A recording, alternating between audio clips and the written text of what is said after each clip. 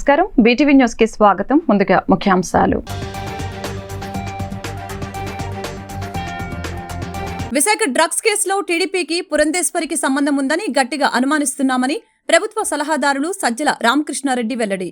Drugs కేసులో దొంగ అన్నట్లుగా టీడీపీ ఆరోపణలు ఉన్నాయని సజ్జల, తప్పుడు వార్తలు ప్రచురిస్తే ప్రెస్ కౌన్సిల్ కు ఫిర్యాదు చేస్తామని హెచ్చరిక. టీడీపీ అభ్యర్థుల మూడో జాబితా విడుదల. 11 అసెంబ్లీ స్థానాలతో పాటు 13 పార్లమెంట్ అభ్యర్థుల్ని ప్రకటించిన టీడీపీ రాష్ట్ర ప్రజల ప్రయోజనాలే ఏకైక అజెండాగా ఎన్డీఏలో చేరామని టీడీపీ అధినేత చంద్రబాబు వెల్లడి. తనపై నమ్మకం ఉంచి తనకు ఎంపీ అభ్యర్థిగా అవకాశం కల్పించినందుకు కూటమికి కృతజ్ఞతలు తెలిపిన విజయవాడ ఎంపీ అభ్యర్థి కేశినేని శివనాథ్. 7 నియోజకవర్గాలలో తెలుగుదేశం జెండా ఎగరవేస్తామని వెల్లడి. 7 నియోజకవర్గాలను గెలిచి చంద్రబాబుకు కానుకగా ఇస్తామని ధీమా. మైలవరంలో వసంతికి టికెట్ కేటాయించడంతో అంబరాన్నంటిన సంబరాలు. మైలవరం, ఇబ్రహీంపట్నం ప్రాంతాల్లో పెద్దెత్తున బాణసంచ కాల్చిన వైనం. రానున్న ఎన్నికల్లో వసంతిని భారీ మెజారిటీతో గెలిపించుకొని మళ్లీ అసెంబ్లీకి పంపుతామని టీడీపీ నేతల వెల్లడి. విశాఖ డ్రగ్స్ విషయంలో వైఎస్ఆర్సీపీ ప్రభుత్వంపై టీడీపీ తప్పుడు ఆరోపణలు, సోషల్ మీడియాలో తప్పుడు ప్రచారం చేస్తున్నారని వైసీపీ రాష్ట్ర కార్యదర్శి, ప్రభుత్వ సలహాదారు సజ్జల రామకృష్ణారెడ్డి ఆరోపించారు. గుమ్మడికాయల దొంగ ఎవరు అంటే భుజాలు తడుముకున్నట్లుగా ముందే టీడీపీ వాళ్లు భుజాలు తడుముకుంటున్నారని ఎద్దేవా చేశారు.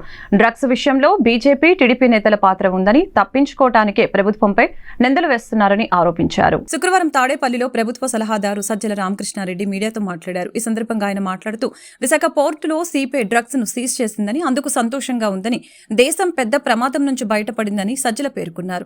అయితే ఈ కేసు సిపిఐ వారు ఛేదించిన మరుక్షణం నుంచే టీడీపీ అధినేత చంద్రబాబు తన కొడుకు లోకేష్ విమర్శలకి దాడి చేస్తున్నారని, నిజానికి వారికి ఈ కేసులకి సంబంధాలు ఎక్కువ ఉన్నాయని తెలిపారు.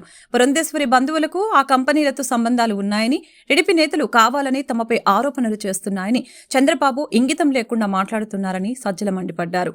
వ్యవస్థల మీద గౌరవం లేని వ్యక్తి చంద్రబాబు అని, పార్టీ అధినేతగా ఉన్న బాబు స్థాయిని మరిచి వీధి స్థాయి మనస్తత్వంతో ప్రవర్తిస్తున్నారని విమర్శించారు. డ్రగ్స్ విషయంలో నిజాలు నిగ్గు తేల్చాలని సిపిఐకి లేఖ రాస్తామని, ఎన్నికల కమిషన్ కూడా డ్రగ్స్ పై దృష్టి పెట్టాలని కోరతామని తెలిపారు. ప్రజలను కన్ఫ్యూజ్ చేసి పబ్బం గడుపుకోవాలని టీడీపీ ప్రయత్నిస్తుందని ఆగ్రహం వ్యక్తం చేశారు. పచ్చ మీడియా తప్పుడు కథనాలు ప్రచురిస్తుందని, తప్పుడు ప్రచురణలు చేసే వారిపై ప్రెస్ కౌన్సిల్లో ఫిర్యాదు చేస్తామని హెచ్చరించారు. గాల్లోంచి కల్పితాలు కూడా తీసి చేసేవన్నీ కూడా నిజాలే అనుకోవాల్సి వస్తుంది. నిన్న అసలు జరిగినప్పటి నుంచే వాళ్ళు సర్దుకొని గుమ్మడికాయ దొంగ ముందు ఇంకా అప్పుడే భుజాలు తడుక్కోవడం, దొంగ అని అరుచుకుంటా పరిగెత్తుకుంటా పోయి తప్పించుకోవాలని చూడడం, క్లాసిక్ కేసులు ఏమైనా ఉండేవి వీళ్ళే చేసేది. ఇప్పుడు ఈ డ్రగ్స్కు సంబంధించినంత వరకు వచ్చి పడింది అక్కడికి వైజాగ్లో ఒక భారీ సినిమా తరహాలో, సినిమా ఫక్కీలో అది బయటకు వచ్చింది, పట్టుబడింది. సిబిఐ, సెంట్రల్ గవర్నమెంట్ చెందిన సిబిఐ దాన్ని పట్టుకుంది.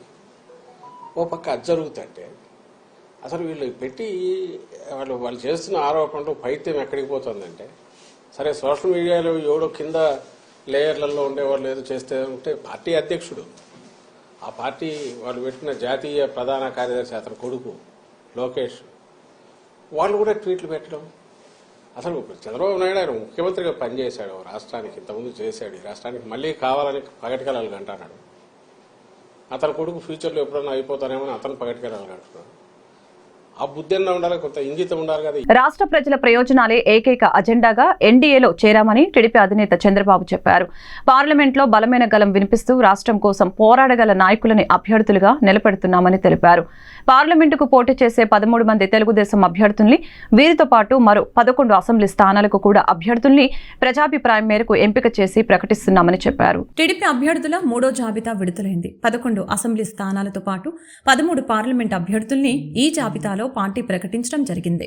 పొత్తులో భాగంగా 144 అసెంబ్లీ, 17 పార్లమెంటు స్థానాల్లో టీడీపీ పోటీ చేయనున్న విషయం విదితమే. దీనిలో భాగంగా ఇదివరకే 128 అసెంబ్లీ స్థానాలకు అభ్యర్థుల్ని ప్రకటించింది. ఇప్పుడు మరో 11 మంది అభ్యర్థుల్ని ఖరారు చేసింది. కాగా మరో 5 శాసనసభ 4 ఎంపీ స్థానాలను పెండింగ్లో పెట్టింది. ఈ సందర్భంగా టీడీపీ అధినేత చంద్రబాబు ఎక్స్ వేదికగా స్పందిస్తూ రాష్ట్ర ప్రజల ప్రయోజనాలే ఏకైక అజెండాగా ఎన్డీఏలో చేరామని చెప్పారు. పార్లమెంట్లో బలమైన గలం వినిపిస్తూ రాష్ట్రం కోసం పోరాడగల నాయకులని అభ్యర్థులుగా నిలబెడుతున్నామని తెలిపారు. పార్లమెంటుకు పోటీ చేసే 13 మంది తెలుగుదేశం అభ్యర్థుల్ని, వీరితో పాటు మరో 11 అసెంబ్లీ స్థానాలకు కూడా అభ్యర్థుల్ని ప్రజాభిప్రాయం మేరకు ఎంపిక చేసి ప్రకటిస్తున్నామని చెప్పారు. ప్రజలారా దీవించండి అంటూ ట్వీట్ చేశారు. మరొక వైపు తాజా జాబితాలో బోడే ప్రసాద్, సోమిరెడ్డి చంద్రమోహన్ రెడ్డి, వసంతకృష్ణ ప్రసాద్, ఐతాబత్తుల ఆనందరావు ఎంపీ అభ్యర్థిగా, కేశినేని చిన్ని తదితరులకు అవకాశం దక్కింది. తనపై నమ్మకం ఉంచి తనకు ఎంపీ అభ్యర్థిగా అవకాశం కల్పించినందుకు 7 నియోజకవర్గాల్లో తెలుగుదేశం జెండా ఎగరవేస్తామని, 7 నియోజకవర్గాలను గెలిచి చంద్రబాబుకు కానుకగా ఇస్తామని విజయవాడ ఎంపీ అభ్యర్థి కేశినేని శివనాథ్ చిన్ని ధీమా వ్యక్తం చేశారు. రాష్ట్రంలో అరాచక పాలనకు స్వస్తి పలకాలని, రానున్న ఎన్నికలలో టీడీపీ, జనసేన, బీజేపీల ఉమ్మడి కూటమి ప్రభుత్వాన్ని అధికారంలోకి తీసుకుని రావాలని ఆయన కోరారు. నేడు టీడీపీ 3వ జాబితాను విడుదల చేసిన సంగతి తెలిసిందే. ఎంపీల జాబితాలో విజయవాడ పార్లమెంట్ అభ్యర్థిగా కేశినేని శివనాథ్ చిన్నిని ప్రకటించిన సందర్భంగా గురునానక్ కాలనీలోని టీడీపీ విజయవాడ పార్లమెంటు కార్యాలయం ఎదుట సంబరాలు అంబరాన్ని అంటాయి. ఈ నేపథ్యంలో పార్టీ కార్యకర్తలు, అభిమానులు బాణాసంచా కాల్చి వారి సంతోషాన్ని వ్యక్తం చేశారు. ఈ సందర్భంగా విజయవాడ పార్లమెంట్ అభ్యర్థి కేశినేని శివనాథ్ మాట్లాడుతూ, విజయవాడ పార్లమెంట్ అభ్యర్థిగా అవకాశం ఇచ్చిన నారా చంద్రబాబుకు, నారా లోకేష్ కి అండగా నిలిచిన తెలుగుదేశం పార్టీ కుటుంబ సభ్యులందరికీ ప్రత్యేకంగా ధన్యవాదాలు తెలిపారు. తనపై నమ్మకం ఉంచి తనకు ఎంపీ అభ్యర్థిగా అవకాశం కల్పించినందుకు 7 నియోజకవర్గాల్లో తెలుగుదేశం జెండా ఎగరవేస్తామని, 7 నియోజకవర్గాలను గెలిచి చంద్రబాబుకు కానుకగా ఇస్తామని ధీమా వ్యక్తం చేశారు. రాష్ట్రంలో అరాచక పాలనకు స్వస్తి పలకాలని, రానున్న ఎన్నికల్లో టీడీపీ, జనసేన, బీజేపీల ఉమ్మడి కూటమి ప్రభుత్వాన్ని అధికారంలోకి తీసుకుని రావాలని ఆయన కోరారు. మైలవరం ఎమ్మెల్యే అభ్యర్థిగా వసంత వెంకటకృష్ణ ప్రసాద్కి కేటాయించడంతో ఆయన అభిమానులు పెద్ద ఎత్తున బాణాసంచా కాల్చారు. రానున్న ఎన్నికల్లో ఎమ్మెల్యే వసంత కృష్ణ ప్రసాద్ని భారీ మెజారిటీతో గెలిపించుకొని మళ్లీ అసెంబ్లీకి పంపుతామని తెలుగుదేశం పార్టీ నాయకులు పేర్కొన్నారు. మైలవరం నియోజకవర్గ ప్రజల సంక్షేమమే కృష్ణప్రసాద్ ప్రధాన లక్ష్యమని తెలిపారు.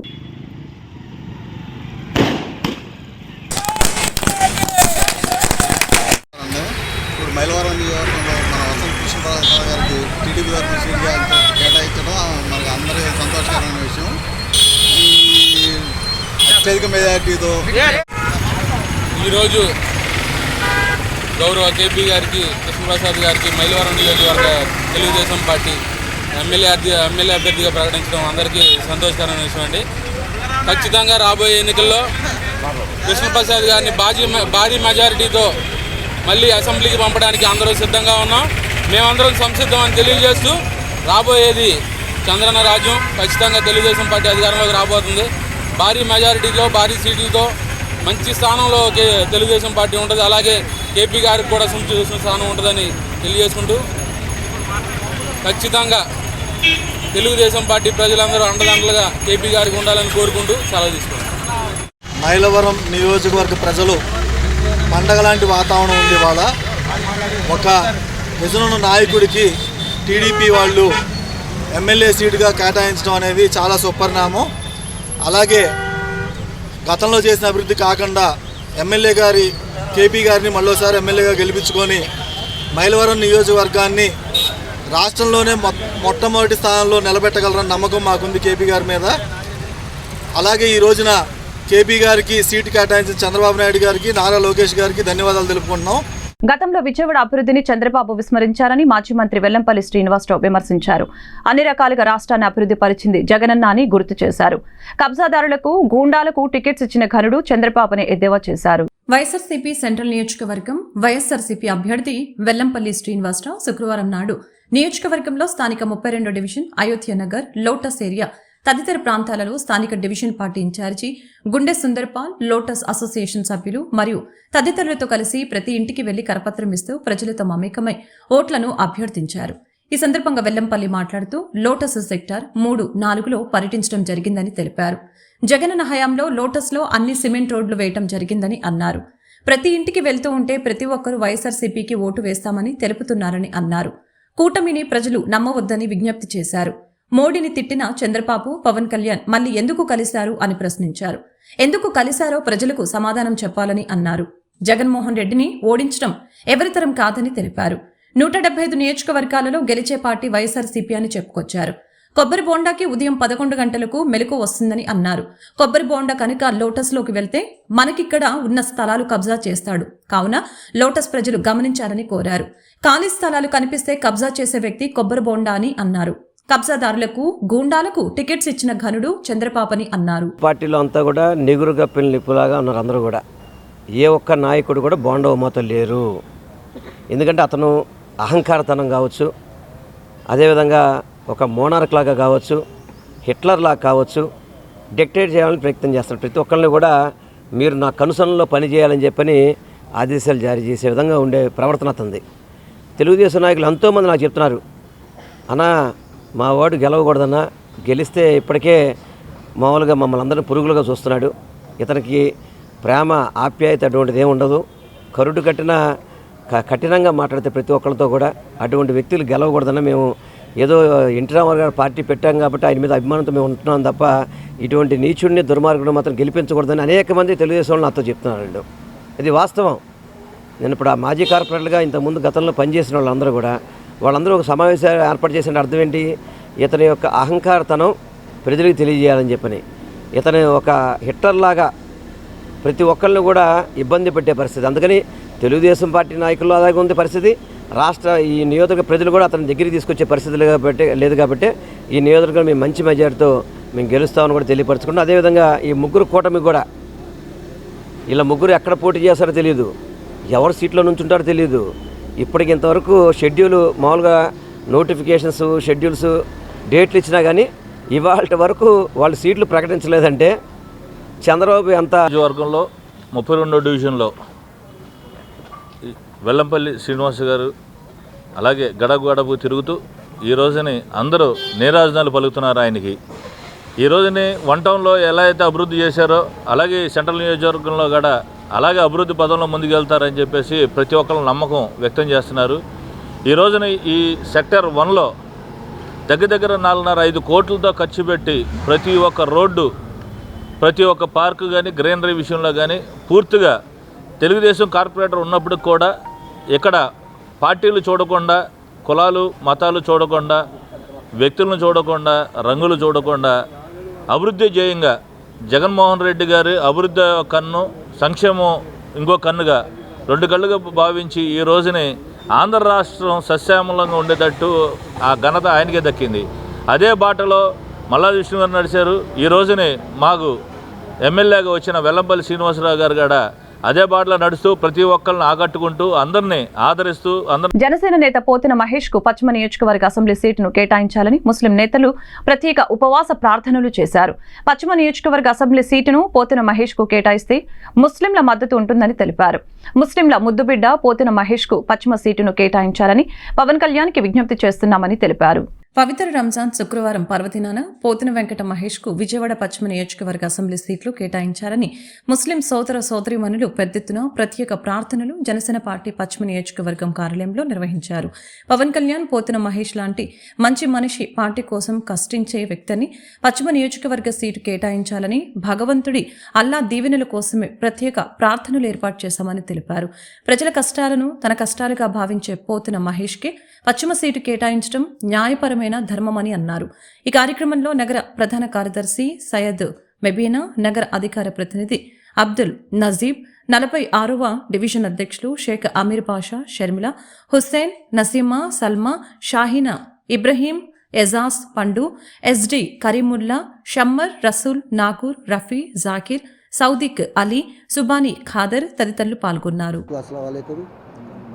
నేను 46వ డివిజన్ జనసేన పార్టీ ప్రెసిడెంట్ అండి. నా పేరు అమీర్ బాషా. ఈరోజు మా పశ్చిమ నియోజకవర్గ కార్యాలయంలో ముస్లిం మైనార్టీలు సోదరి అక్కజలు అందరూ కలిసి ఈరోజు మేము ఇక్కడ ప్రార్థన చేయడానికి వచ్చాము. ప్రార్థనకి ఒక కారణం ఏంటంటే, ముఖ్యమైన కారణం ప్రజల మనిషి అయిన ప్రజలకి అందుబాటులో ఉండి ప్రతి సాయం అంటే చేసే మనిషి మా పోతిన మహేష్ గారికి ఈ పశ్చిమ నియోజకవర్గ సీటు కేటాయించాలని పవన్ కళ్యాణ్ గారిని వేడుకుంటున్నాం. అలాగే ఈ నియోజకవర్గంలో సమస్య అంటూ ఏదైనా ఉందంటే ఏ పార్టీకి అతీతంగా అయినా సరే, ప్రజలు ఏ కులమతాలకు అతీతమైనా సరే ఫస్ట్ గడప తొక్కేది మా పోతిన మహేష్ గారు జనసేన పార్టీ ఆఫీస్ గడప తొక్కి ఆయనకి వినిపించుకున్న తర్వాతే ఆయన సలహా సూచనతో ఈ నియోజకవర్గంలో ప్రజల్లో గుండెల్లో ఉన్న మనిషి ఆయనకి ఈ సీటు కేటాయించాలని చెప్పి మేము ప్రతిరోజు అల్లాకి దువా చేస్తున్నాం. ఈ రంజాన్ మాసంలో నేను ఒక్కడనే అనుకున్నాను, నేను ఇన్ని రోజులు ఆయన గురించి ఆలోచిస్తుంది. ఎంతమంది ఈరోజు ముస్లిమ్స్ అందరూ ఒక పిలుపుకి అరగంట ముందు మేము ఫోన్ చేసి చెప్తే అరగంటలోనే ఎంతమంది వచ్చారంటే ఆయన మీద ముస్లిమ్స్ అందరికీ ఎంత ప్రేమ ఉందో, ఆయన ముస్లిమ్స్ గుండెల్లో ఎంత నాటుకుపోయాడు అనేది నాకు ఇప్పుడు చూస్తే నాకే ఆశ్చర్యం కలుగుతుంది. ఇంకా మేము రాత్రి కనుక మెసేజ్ గుమ్మంతోకి వచ్చాం, మిమ్మల్ని ప్రార్థిస్తున్నాం, ఈ సీటు మాకు కేటాయించాలని చెప్పేసి మీకు పాదాభివందనం చేస్తున్నాం. మా అల్లాని 100 సార్లు అడిగితే 100 సార్లు 1000 సార్లు ఇచ్చేవాడు. అట్లాంటి హృదయం కలిగిన వారు మీరు మాకు ఈ సీటు కేటాయించాలని చెప్పేసి మా సోదరులందరి తరపు నుంచి నేను ఒక్కటే ప్రార్థిస్తున్నాను. అల్లాహుమ్మ సల్లి అలా సయ్యదనా షఫీనా హబీబనా నబీనా మౌలానా ముహమ్మద్ బారిక్ వసల్లిం.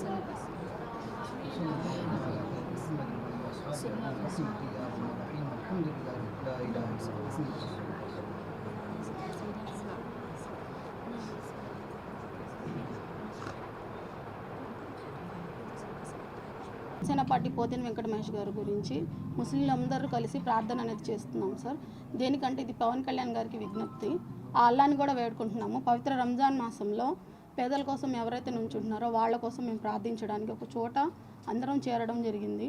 ప్రతి ఒక్కరి మనసులో ఒకటే నడుస్తుంది, పోతిన వెంకట మహేష్ అనే మంచి వ్యక్తికి మీరు ఎమ్మెల్యే అభ్యర్థిగా స్థానం కేటాయిస్తే ముస్లింలకే కాదు అన్ని వర్గాల వారికి మంచి జరుగుతుంది. అలాంటి వాళ్ళకి మీరు సీటు కేటాయిస్తే మంచి కోసం, అంటే ఏదైతే జగన్ విముక్తి అని అంటున్నారు కదా, అలాంటి ప్రభుత్వం రావాలంటే పోతిన వెంకట మహేష్ గారు లాంటి వ్యక్తి నుంచోవాలి.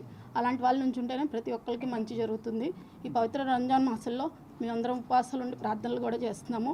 మంచి రంజాన్ మాసం ఉపవాస దీక్షల్ని ఎంతో కఠినంగా ఆచరించే గొప్ప నెలలో, అందులో శుక్రవారం రోజున మరి ముసల్మాన్లు ఎంతో పవిత్రంగా భావిస్తారు. అట్లాంటి రోజున నా సోదరీమణులందరూ కూడా మహేష్ అన్న మీకు సీట్ రావాలి, మీకోసం అల్లాని ప్రార్థిస్తున్నాం అని ఇక్కడికి వచ్చిన ముస్లిం సోదరీమణులందరికీ ముందుగా నా హృదయపూర్వక శుభాకాంక్షలు తెలియజేస్తాను. నాకు కూడా కార్యక్రమం ఉందని తెలియదు అసలు, కానీ పెద్ద ఎత్తున ముస్లిం సోదరీమణులు వచ్చారు.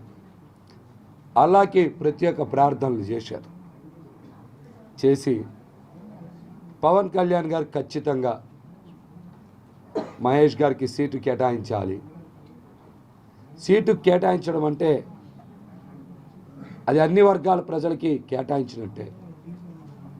పవన్ కళ్యాణ్ గారి మంచి మనసు ఖచ్చితంగా మహేష్ గారి మీద ఉండేలాగా, అల్లా దీవెనలు ఉండేలాగా మేము ఈ ప్రయత్నం చేస్తామన్నామని వాళ్ళు చేసినటువంటి ప్రార్థన తప్పకుండా ఫలించాలి. పవన్ కళ్యాణ్ గారు ఖచ్చితంగా రాజధాని ప్రాంతంలో జనసేన పార్టీకి విజయవాడ పశ్చిమ నియోజకవర్గ సీటు కేటాయిస్తే ఈ సీటు గెలుస్తాం, ఖచ్చితంగా గెలుస్తాం. తద్వారా పవన్ కళ్యాణ్ గారికి, పార్టీకి, ప్రజలకి సేవ చేసేటువంటి. విజయవాడ పశ్చిమంలో బీసీలను ఏ రాజకీయ పార్టీలు పట్టించుకోవడం లేదని బీసీ నేతలు ధ్వజమెత్తారు. ఏ రాజకీయ పార్టీ అయితే బీసీలను పట్టించుకోడో ఆ రాజకీయ పార్టీలకి ఖచ్చితంగా గుణపాఠం చెప్తామని బీసీ నేతలు హెచ్చరించారు.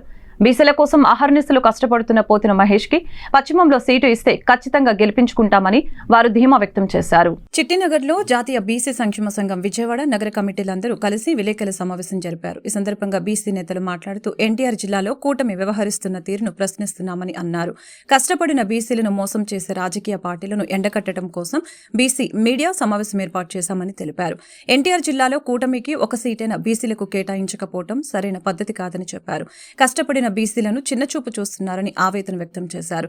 పశ్చిమ నియోజకవర్గంలో బీసీల కోసం జనసేన పార్టీ కండువా కప్పుకొని 8 సంవత్సరాలుగా కష్టపడుతున్న పోతిన మహేష్ ను పక్కన పెట్టడం ఎంతవరకు సమంజసమని వాళ్లు ప్రశ్నించారు. పోతిన మహేష్ కు జాతీయ బీసీ సంక్షేమ సంఘం మద్దతు తెలుపుతుందని వ్యాఖ్యానించారు. పశ్చిమంలో బీసీ అభ్యర్థి ఉండాలని ఘంటాపథంగా చెప్పారు. అన్ని రాజకీయ పార్టీలు బీసీలను మోసం చేస్తున్నాయని దుయ్యబట్టారు. బీసీలను మోసం చేసే ఏ రాజకీయ పార్టీనైనా క్షమించమని తేల్చి చెప్పారు. ఖచ్చితంగా రానున్న ఎన్నికల్లో వాళ్ళకి గుణపాఠం చెబుతామని హెచ్చరించారు.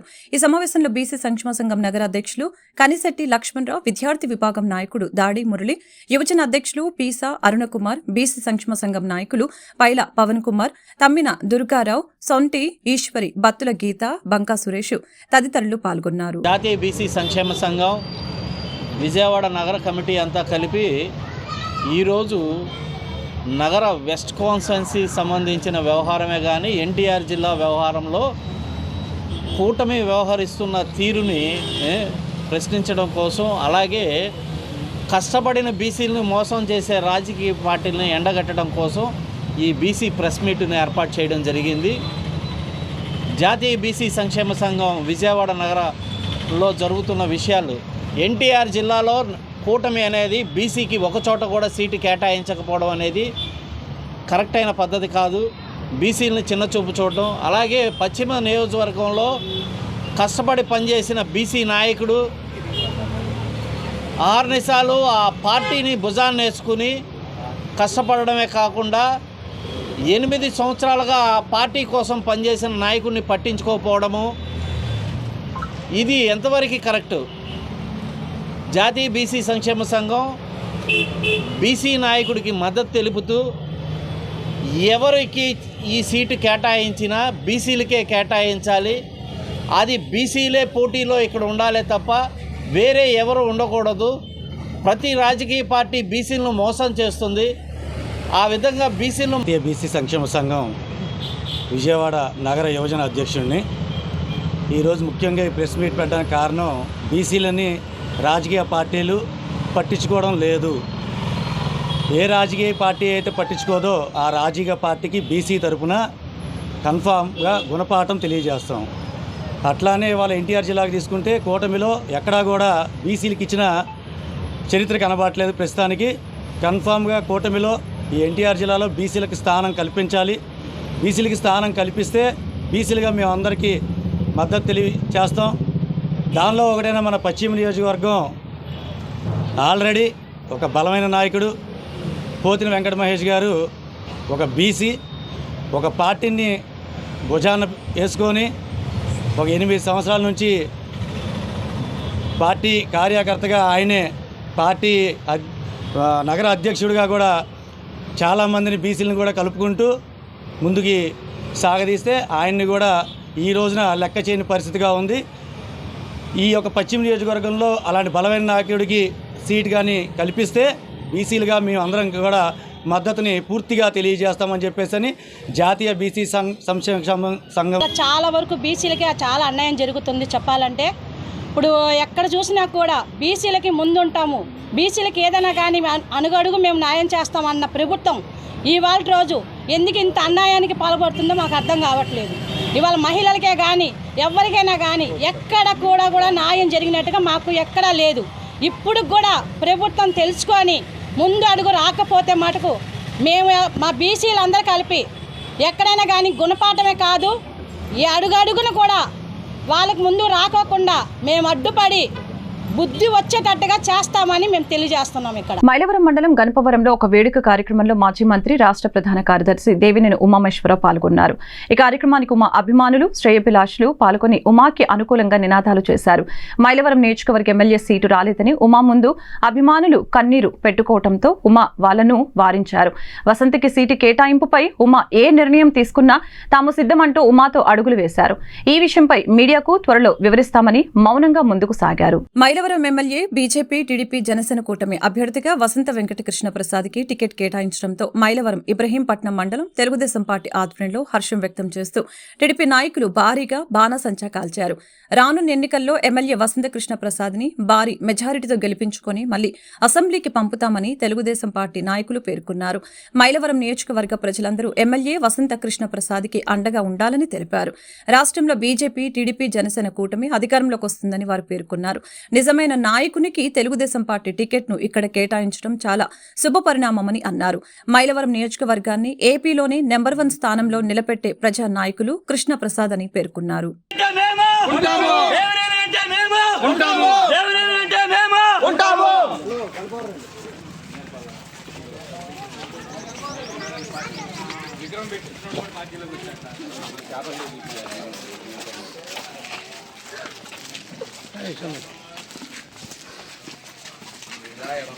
ఏపీఎస్ఎఫ్ఎల్ చైర్మన్ పూనూరు గౌతమ్ రెడ్డిపై వస్తున్న ఆరోపణల్ని బ్రాహ్మణ సమాజంలోని పలువురు ప్రముఖులు ఖండించారు. గండూరు ఉమామేశ్వరరావు అనే వ్యక్తి బ్రాహ్మణ సమాజాన్ని ప్రజలను తప్పుదారి పట్టించేందుకు వ్యక్తిగతంగా బ్రాహ్మణ పక్షపాతి అయిన గౌతమ్ రెడ్డిపై కావాలని అసత్య ఆరోపణలు చేస్తున్నారని అన్నారు. సత్యనారాయణపురంలోని సీతారామ కళ్యాణ మండపం నందు బ్రాహ్మణ సమాజం ఆధ్వర్యంలో మీడియా సమావేశం నిర్వహించడం జరిగింది. ఈ సందర్భంగా బ్రాహ్మణ సమాజంలోని పలువురు ప్రముఖులు మీడియాతో మాట్లాడారు. ఏపీఎస్ఎఫ్ఎల్ చైర్మన్ పూనూరు గౌతమ్ రెడ్డిపై వస్తున్న ఆరోపణలు నిజం కాదని తెలియజేశారు. ప్రముఖ న్యాయవాది పూనూరు గౌతమ్ రెడ్డి తనకు చెందిన స్థలాన్ని అన్యాయంగా తీసుకున్నారని, గత 5 సంవత్సరాలుగా స్థలాన్ని కబ్జా చేశారని, గండూరి ఉమామేశ్వరరావు అనే బ్రాహ్మణ కులానికి చెందిన వ్యక్తి చేస్తున్న ఆరోపణల్ని ఖండిస్తున్నట్లు తెలిపారు. గండూరి ఉమామేశ్వరరావు పత్రికాముఖంగా వ్యక్తిగతంగా సోషల్ మీడియా ద్వారా రాజకీయ పార్టీ ప్రతినిధుల్ని స్వయంగా కలిసి ఆరోపణలు చేయడంతో తాము ఆరోపణల్ని నిర్ధారించుకోవటానికి పూనూరు గౌతమ్ రెడ్డిని కలిసి నిజానిజాలు తెలుసుకున్నామని తెలిపారు. ఆ స్థలం గండూరి వెంకటేశ్వరరావు అన్న వదినలు గౌతమ్ రెడ్డికి అమ్మినట్లు పూర్తి సాక్ష్యాధారాలు గౌతమ్ రెడ్డి తనకు చూపించారని అన్నారు. బ్రాహ్మణ సమాజాన్ని ప్రజలను తప్పుదారి పట్టించినందుకు వ్యక్తిగతంగా బ్రాహ్మణ పక్షపాతి అయిన పి గౌతమ్ రెడ్డి ప్రతిష్ట దిగజార్చుట కోసమే అనేక రకాలైన నిందలు వేస్తున్నారని వారు తమ అభిప్రాయాన్ని వ్యక్తం చేశారు. ఈ కార్యక్రమంలో అఖిల భారత కరివెన సత్రం ఉపాధ్యక్షులు సిహెచ్ మారుతి ప్రసన్న, బ్రాహ్మణ అభ్యుదయ సేవా సంఘం అధ్యక్షులు కార్యదర్శి మందలపర్తి సత్య శ్రీహరి, దమ్మాలపాటి చంద్రశేఖర్, ప్రముఖ న్యాయవాది సిహెచ్ సాయిరాం తదితరులు పాల్గొన్నారు. బ్రాహ్మణ అభ్యుదయ సంఘం విజయవాడ తరఫున ఈ రోజున ఈ పత్రికా విలేకరుల సమావేశం ఏర్పాటు చేయడం అయింది. గత 7 సంవత్సరాలుగా విజయవాడ సత్యనారాయణపురంలోని ఉంటున్నటువంటి గండూరి ఉమామహేశ్వర శాస్త్రి అనేటువంటి వ్యక్తి ఇదే ప్రాంతంలో ఉన్నటువంటి శ్రీ డాక్టర్ గౌతమ్ రెడ్డి గారి మీద వారికి సంబంధించినటువంటి స్థలాన్ని అన్యాయంగా కబ్జా చేశారని చెప్పేసి అనేక రకమైనటువంటి ఆరోపణలు చేస్తూ సోషల్ మీడియాలో, ఫేస్బుక్లో, వాట్సాప్ గ్రూపుల్లో కూడా ఒక విజయవాడ నగరంలోనే కాకుండా రాష్ట్రంలో వివిధ నగరాల్లో ఉన్నటువంటి ఈ బ్రాహ్మణ సంఘాల వాళ్ళందరికీ కూడా అతను మెసేజ్లు పెట్టి ఒక పేద బ్రాహ్మడికి ఇలా గౌతమ్ రెడ్డి గారు అనేటువంటి వ్యక్తి అన్యాయం చేశాడు, మాకు చెందినటువంటి స్థలాన్ని కబ్జా చేశారని చెప్పేసి రకరకాలైనటువంటి ఆరోపణలు చేస్తూ ఉండటం జరిగింది.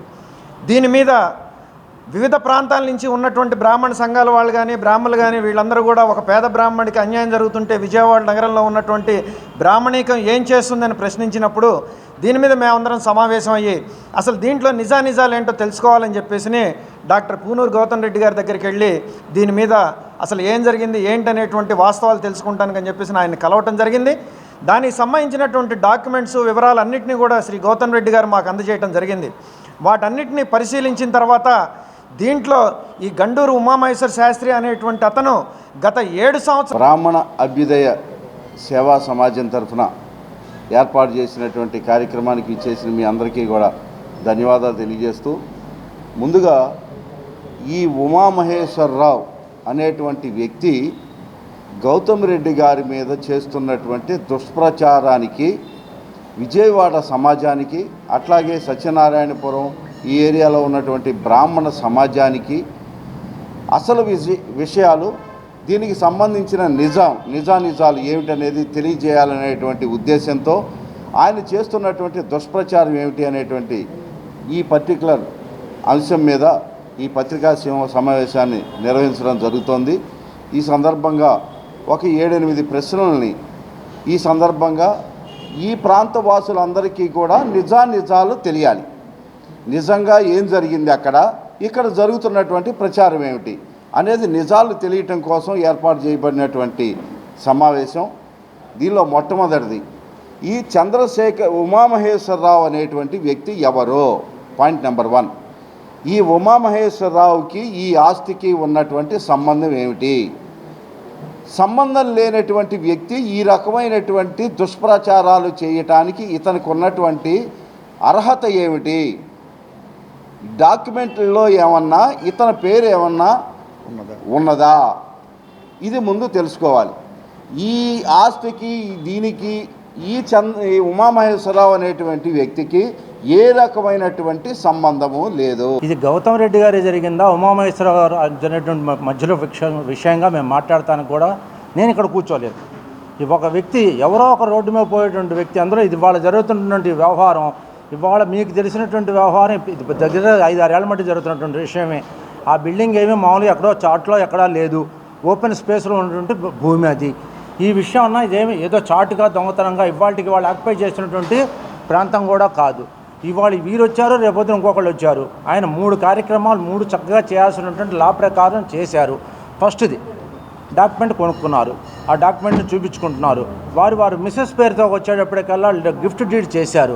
అంటే ఒక గవర్నమెంట్ సబ్ రిజిస్ట్రార్ ఆఫీస్కి కొన్ని వేల రూపాయల ఫీజు చెల్లించి వారి దగ్గర నుంచి ఎప్పుడు తీసుకున్నారు.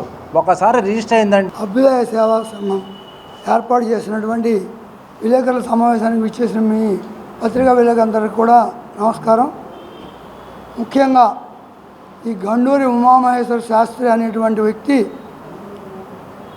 డాక్టర్ గౌతమ్ రెడ్డి గారి మీద చేస్తున్నటువంటి ఆరోపణలన్నీ నిరాధారమైనటువంటివి అని మేము మీకు ఇప్పుడు రాతపూర్వకంగా దీంట్లో ఉన్నటువంటివి అన్నీ కూడా ఇస్తున్నాము. అది చట్ట ప్రకారంగా గౌతమ్ రెడ్డి గారు ఆ స్థలాన్ని కొనడం జరిగింది. ఆ రోజున రిజిస్టర్ ఆఫీసులో ఆ కొనుగోలు చేసినప్పుడు నేను, మన శ్రీహరి గారు, మేమందరం కూడా అక్కడ ఉన్నాము. అవన్నీ నేను స్వయంగా అక్కడ ఉండడం జరిగింది. కాబట్టి ఉమామహేశ్వర శాస్త్రి, నీకు ఈ పత్రికాముఖంగా చెప్తున్నాను, నువ్వు ఇటువంటి తప్పుడు ఆరోపణలు మానేసేసి నీ పని నువ్వు చూసుకుంటే మంచిది. ఎవరో చెప్పిన మాటలు విని నువ్వు ఇటువంటి నిరాధారమైన కేంద్ర రాష్ట్ర ప్రభుత్వాల వలన ఆటో కార్మికులు అష్టకష్టాలు పడుతున్నారని, అందుచేత ఆటో కార్మికులందరూ రాబోయే ఎన్నికల్లో ప్రభావితం చూపించే విధముగా ఉండాలని సిపిఎం నేత బాబురావు అన్నారు. ప్రైవేట్ యాప్ల కంటే ప్రభుత్వ యాప్లలో ఆటో కార్మికుల సమస్యల్ని ప్రభుత్వం పరిష్కారం చేయాలని అన్నారు. ఆటో కార్మికుల సమస్యల్ని పరిష్కరించడానికి కార్మిక సంఘాలకు సిపిఎంకి మద్దతు తెలపాలని ఆయన కోరారు. Auto workers CITU railway station union ఆధ్వర్యంలో గాంధీనగర్ ప్రెస్ క్లబ్ నందు సమావేశం నిర్వహించారు. ఈ కార్యక్రమానికి సిపిఎం బాబురావు పాల్గొన్నారు. ఈ సందర్భంగా ఆయన మాట్లాడుతూ ఆటో రవాణా రంగాన్ని కేంద్ర రాష్ట్ర ప్రభుత్వాలు కుదేలు చేశాయని ఆయన ఆగ్రహం వ్యక్తం చేశారు. ఒకవైపున పెట్రోల్ బాధుడు ఉండగానే ఆటోలకు వాడే ఇంధనం సిఎన్జి గ్యాస్ను కూడా రెట్టింపు చేశారని మండిపడ్డారు. ఇలా అనేక రకాలుగా ఆటో కార్మికుల్ని పీల్చి పిప్పి చేశారని ఆగ్రహం వ్యక్తం చేశారు. వాహనమిత్ర పథకం అంటూ అన్ని రకాలుగా దోచుకుంటున్నారని, అది వాహనమిత్ర పథకం కాదని, అది వాహన శత్రు పథకం అని అభివర్ణించారు. ఆటో కార్మికుల సంపాదన మొత్తం ఒకవైపున పన్నుల రూపంలో పోతుందని చెప్పారు. బడా బాబులైన ఆదాని, అంబానీ లాంటి వాళ్ళకి ప్రభుత్వం తరపున 1,00,000 కోట్లు ఇస్తారు, కానీ ఆటో కార్మికులకు మాత్రం ప్రైవేట్ ఫైనాన్స్ల మీద ఆధారపడి ఆటోలను అమ్ముకోవాల్సి వస్తుందని ఆవేదన వ్యక్తం చేశారు. ప్రైవేట్ యాప్ల వలన ఆటో కార్మికులు కమిషన్లు ఇచ్చుకొని బ్రతకవలసి వస్తుందని చెప్పారు. అలా కాకుండా ప్రభుత్వం వారే ఒక యాప్ను ప్రవేశపెట్టి ఆటో కార్మికులను ఆదుకోవాలని కోరారు. కేంద్రంలో బీజేపీకి టీడీపీ, జనసేనలు మద్దతు తెలపటం పట్ల కార్మికుల సమస్యల్ని పరిష్కారం కావాలని చెప్పారు. ఆటో కార్మికుల సమస్యల పరిష్కారం కావాలంటే ఆటో కార్మికులంతా సిపిఎంకు ఓటు వేసి గెలిపించాలని ఆయన అభ్యర్థించారు. మోడీ గారు ఆంధ్రప్రదేశ్ వచ్చారు, వెళ్ళారు, కానీ రాష్ట్రానికి కనీసం మేము మేలు చేస్తామని ఒక్క మాట కూడా చెప్పలా. 10 ఏళ్లలో రాష్ట్రానికి చెంబుడు నీళ్లు, గుప్పెడు మట్టి తప్ప ఇచ్చిందేమీ లేదు. కనీసం రాబోయే 5 ఏళ్లలో అయినా చేస్తామనే మాట కూడా ఇవ్వలా. ఆ వేదిక మీద ఉన్నటువంటి చంద్రబాబు నాయుడు గారు, పవన్ కళ్యాణ్ గారు రాష్ట్రానికి ఇది కావాలి, ప్రధానమంత్రిగా మీరు చెయ్యండి అని అడిగే ధైర్యం లేదు. పోనీ జగన్మోహన్ రెడ్డి గారైనా మోడీ గారు వచ్చారు, మా రాష్ట్రానికి ఏమీ చేయలేదు అని ఈయన నోరు విప్పే పరిస్థితి లేదు. మరి ఇంకా వీళ్ళు ఆంధ్రప్రదేశ్కి ఏమి చేయగలుగుతారు? అంటే మీరు డబుల్ ఇంజిన్ సర్కార్ అని అంటున్నారు.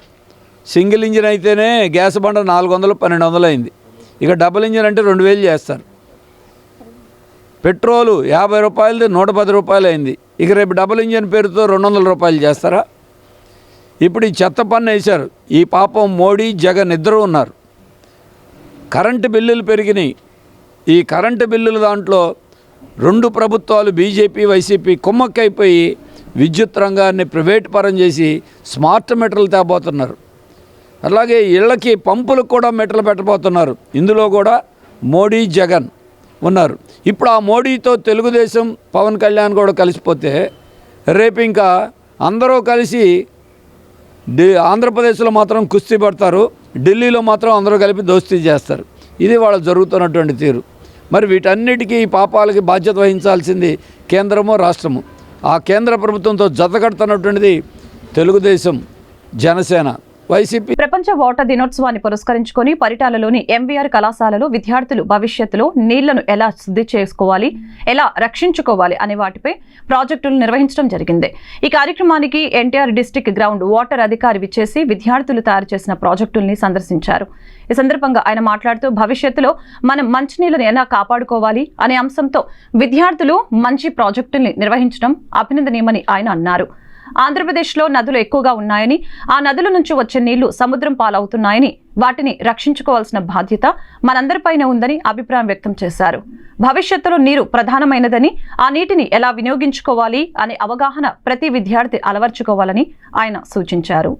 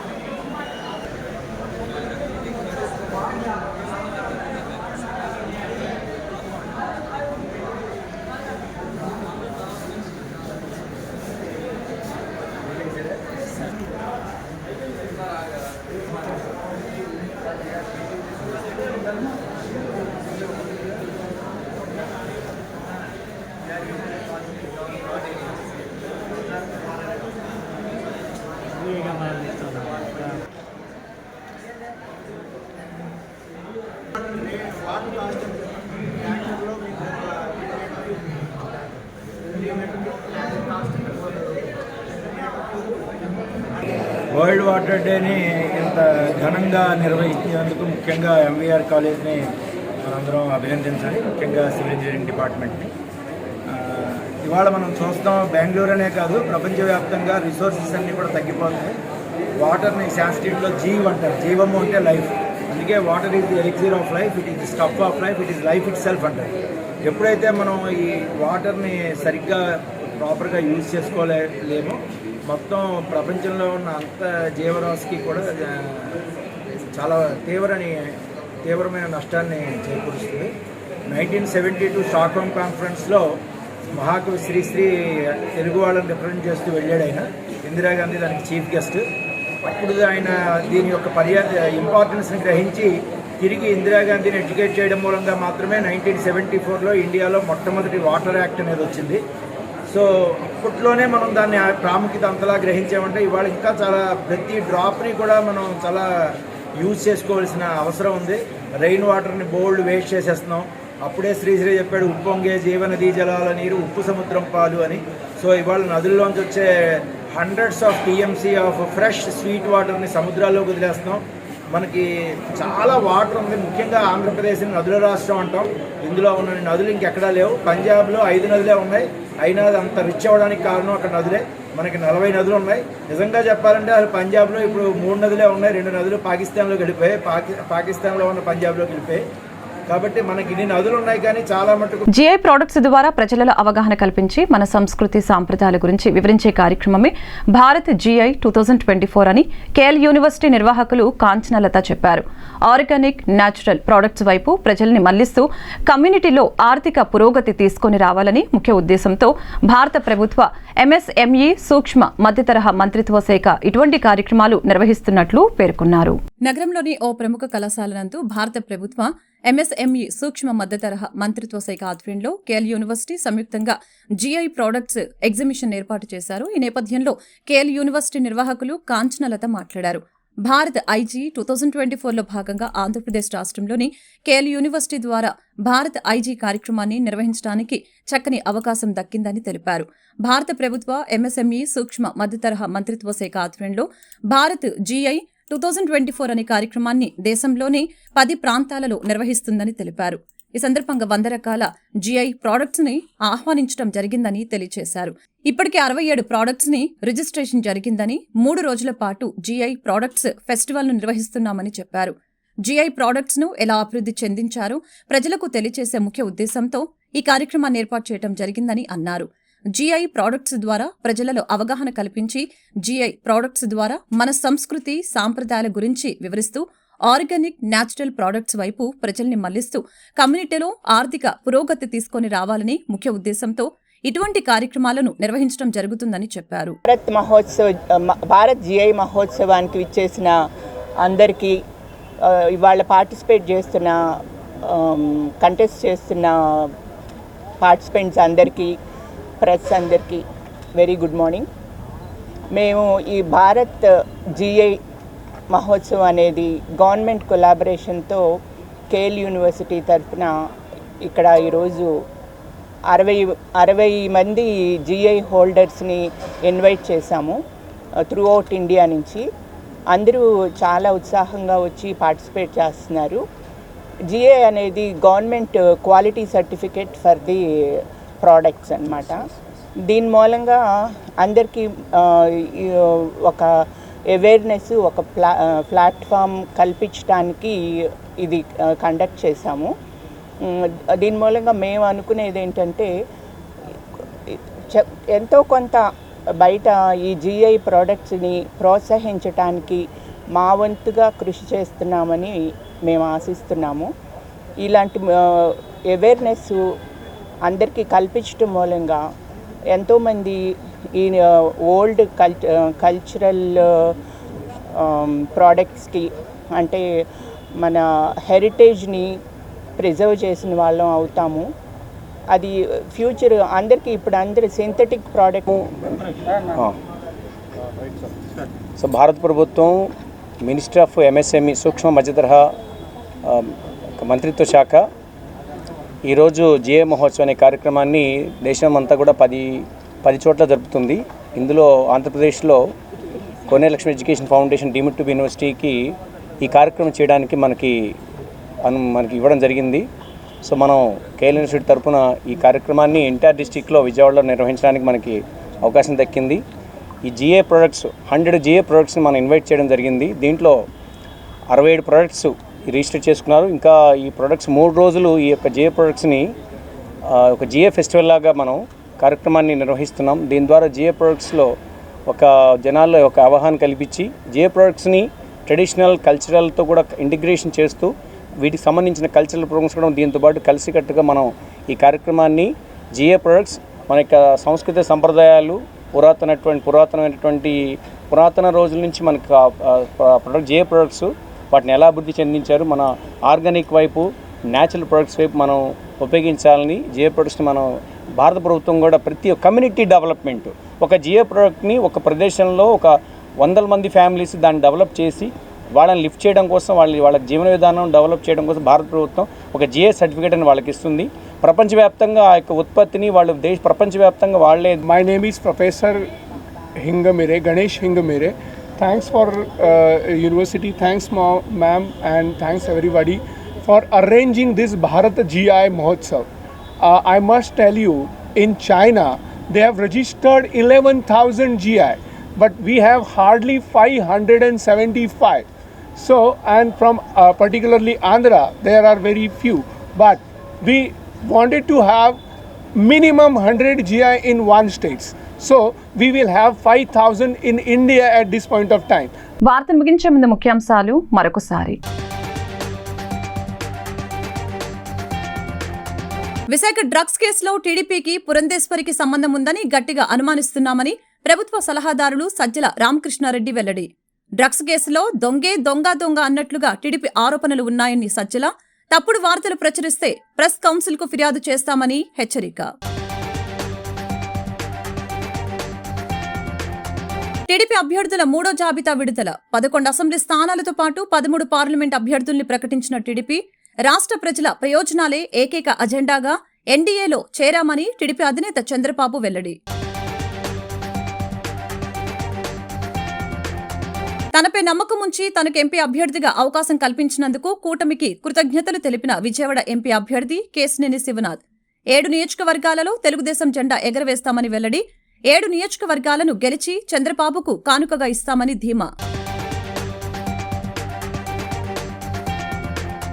మైలవరంలో వసంతికి టికెట్ కేటాయించడంతో అంబరాన్నంటిన సంబరాలు. మైలవరం, ఇబ్రహీంపట్నం ప్రాంతాల్లో పెద్దెత్తున బాణసంచ కాల్చిన వైనం. రానున్న ఎన్నికల్లో వసంతిని భారీ మెజారిటీతో గెలిపించుకొని మళ్లీ అసెంబ్లీకి పంపుతామని టీడీపీ నేతల వెల్లడి. ఈ వార్తలు ఇంతటితో సమాప్తం. మరొక బులెటిన్లో మళ్ళీ కలుద్దాం. నమస్కారం.